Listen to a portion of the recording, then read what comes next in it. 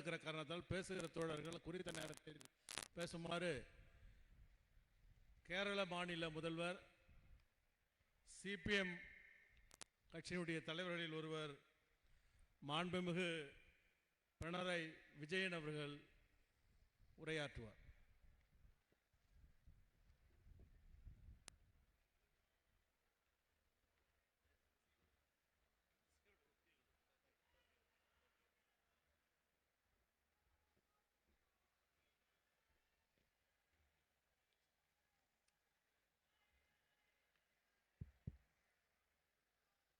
Dear brothers and sisters, greetings to you all from the people of Kerala. It is indeed a matter of great privilege for me personally and for Malayalis around the world to pay homage to the memory of esteemed Kalaignar Karunanidhi. With Karunanidhi's demise, we have lost a strong leader who had played a decisive role of an interventionist in Indian politics. What sets Karunanidhi apart from many other political leaders was that he was able to combine the ideas of both the predecessors, Periyar and Anna, the stalwarts of Dravidian politics before him, and carry it forward to further heights of social relevance. His interventions upholding social justice and the federal structure of our country are clear markers of the lineage of thoughts he imbibed and developed. Only a statesman of extraordinary caliber of Karunanidhi's stature could intervene them both. His contributions are so vast that it cannot fit into a single speech. What many hope to achieve in a lifetime, he achieved manyfold in every field he was involved in. Whether it is literature and politics, activism and cinema, or the propagation of Dravidian ideology and language, he has left a legacy behind. It is his voice for the Tamil language and commitment to the ordinary people, perhaps, that will be remembered most. It is his fight for the language that has led generations to have the ability to speak, read, write, and even think in it. Kalaignar was an artist who painted with words. The way he wrote plays, scripts, and lyrics can attest to that. Politicians are remembered for decades at best, but Kalaignar's efforts for the propagation of Tamil ensures that his memory is as immortal as the language itself. Because as long as Tamilians are there, Tamil will be there. And as long as Tamil is around, Kalaignar will be around. I think he lived three mothers: his mother, motherland, and mother friend.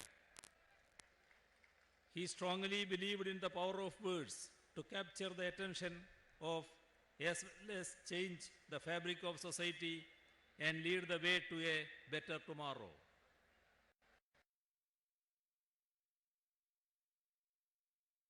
Sound poetic, even his speeches. His tryst with the language went far beyond fiction. His work as a newspaper editor was exemplary, to say the least. Kalaignar began from the handwritten magazine of his student days to create and edit Murashali, a newspaper that he fondly referred to as his first child. This was a reflection of the passion and dedication with which he works on every project he undertook. He never spoke of economic development.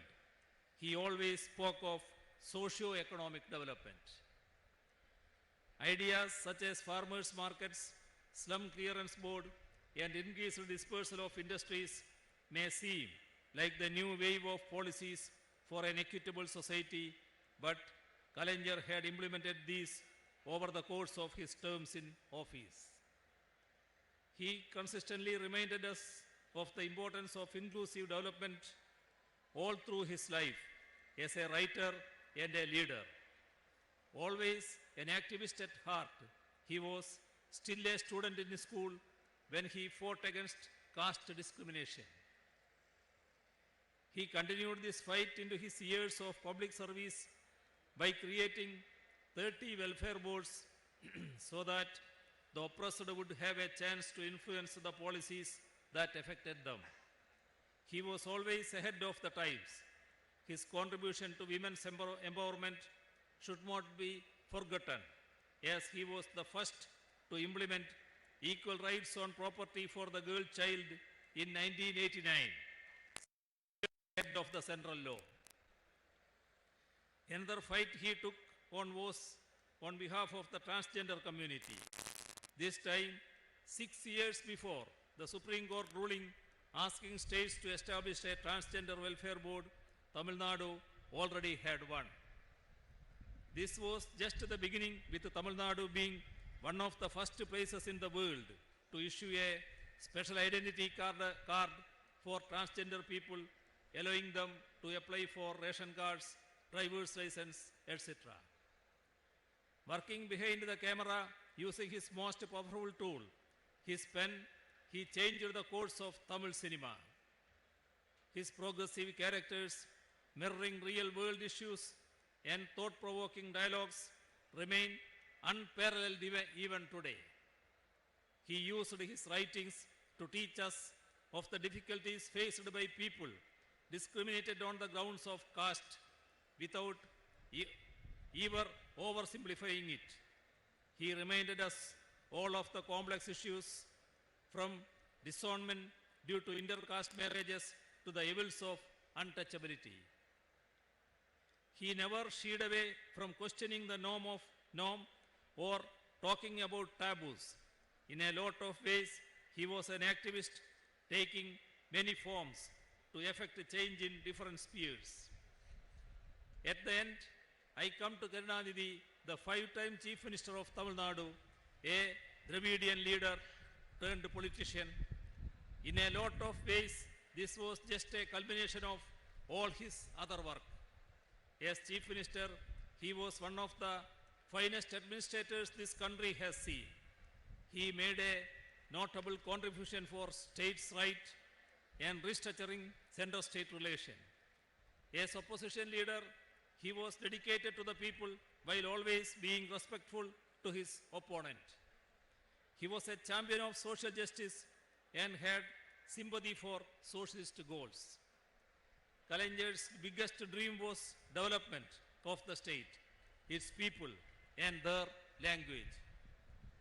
He worked tirelessly to make his dream come true.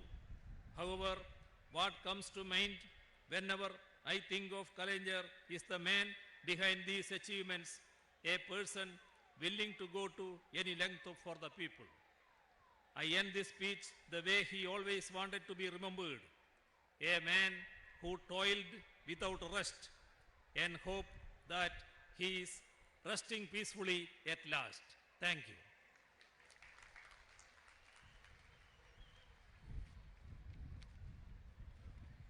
Andhra மாநில முதலமைச்சர் மாண்புமிகு